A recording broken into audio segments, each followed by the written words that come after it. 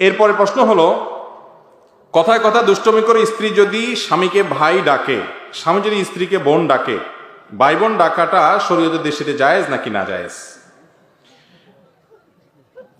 আমাদের সমাজে মহব্বতের চোটে আমরা যে আরো কত কিছু করি, অনেকে এই কাম করে যে স্বামী তার স্ত্রীকে কি বলে, বোন ডাকে, আবার স্ত্রী তার স্বামীকে ভাই ডাকে।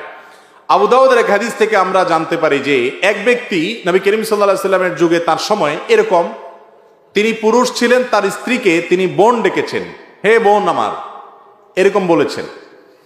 তো এই ডাক শুনে নবী করিম সাল্লাল্লাহু আলাইহি সাল্লাম তাকে নিষেধ করেছেন যে এভাবে ডাকবা না। অতএব স্বামী স্ত্রী একে অন্যকে কি ডাকবে না, ভাই বোন বলে ডাকবে। যদি সন্তান থাকে তাহলে অমুকের বাপ অমুকের মা বলবে। কথার কথা ছেলের নাম আব্দুল্লাহ, তাহলে স্বামী তার স্ত্রীকে বলবে আব্দুল্লাহর মা, আর স্ত্রী তার স্বামীকে বলবে কার বাপ, আব্দুল্লাহর বাপ। এটা হলো